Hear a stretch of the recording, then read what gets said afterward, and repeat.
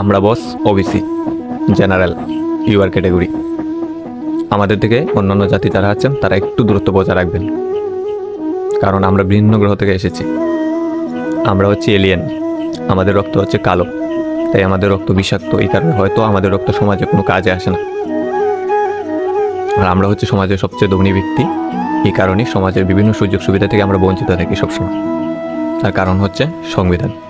আমরা যদি সংবিধান ভালোভাবে লক্ষ্য করি তাহলে দেখতে পারবো যে 16 নং দ্বারা স্পষ্ট উল্লেখ আছে যে জাতি, ধর্ম, বর্ণ নির্বিশেষে সরকারি চাকরির ক্ষেত্রে সমান সুযোগ সুবিধা। তাহলে এই ক্ষেত্রে এসসি, এসটি, ইউআর ক্যাটাগরি আসছে কিভাবে? আমি আমার ব্যক্তিগতভাবে বলছি, 2024-25 ত্রিপুরা যে টেট পরীক্ষা হয়েছিল ওইখানে আমি অংশগ্রহণ করি এবং ওবিসি হওয়ার কারণে আমি উত্তীর্ণ হতে পারিনি। যদি আজকে এসসি হতাম তাহলে হয়তো হলুদ খামের মধ্যে চাকরির যে একটা অফার লেটারটা ওইটা আমার বাড়িতেও আসতো।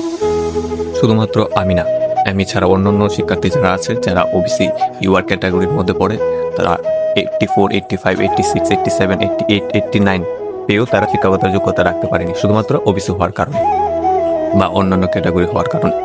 আমি বলতে চাই, একজন এসসি ক্যান্ডিডেট বা এসটি ক্যান্ডিডেট যারা শিক্ষার্থী রয়েছেন তারা যদি 83 পেয়ে শিক্ষাগত যোগ্যতা রাখতে পারেন, তাহলে ইউআর ক্যাটাগরির মধ্যে যারা ওবিসি জেনারেল ক্যান্ডিডেট রয়েছেন ওনারা কেন 88, 89 পেয়ে শিক্ষাগত যোগ্যতা রাখতে পারছে না?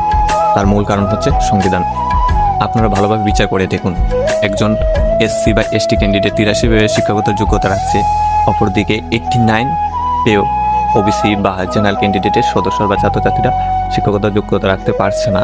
এই যে 83 থেকে 90 মার্ক তৈরি করতে শিক্ষার্থীদের 60টা মার্ক, মানে কতটা পরিশ্রম করতে হবে। এই 60টা মার্কের জন্য ওবিসি বা ইউআর ক্যাটাগরি স্টুডেন্টরা ফেল করে নিচ্ছে বা তার লক্ষ্যে পৌঁছতে পারছে না। এই 60টা মার্ক কতটা পরিশ্রম সেই শিক্ষার্থীদের বুঝবে।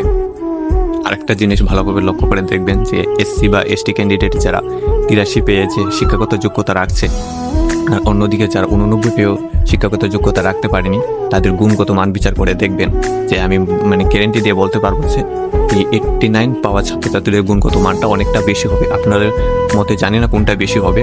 তো এই ক্ষেত্রে যদি আমি ভালোভাবে লক্ষ্য করি তাহলে গুণগত মান এখানে বিচার করা হচ্ছে না, এখানে বিচার করা হচ্ছে জাতি। এবং সংবিধানের 16 নং ধারাটা, যেটা সরকারি চাকরির ক্ষেত্রে সমতা, এই ধারাটা কেন অনুসরণ করা হচ্ছে না?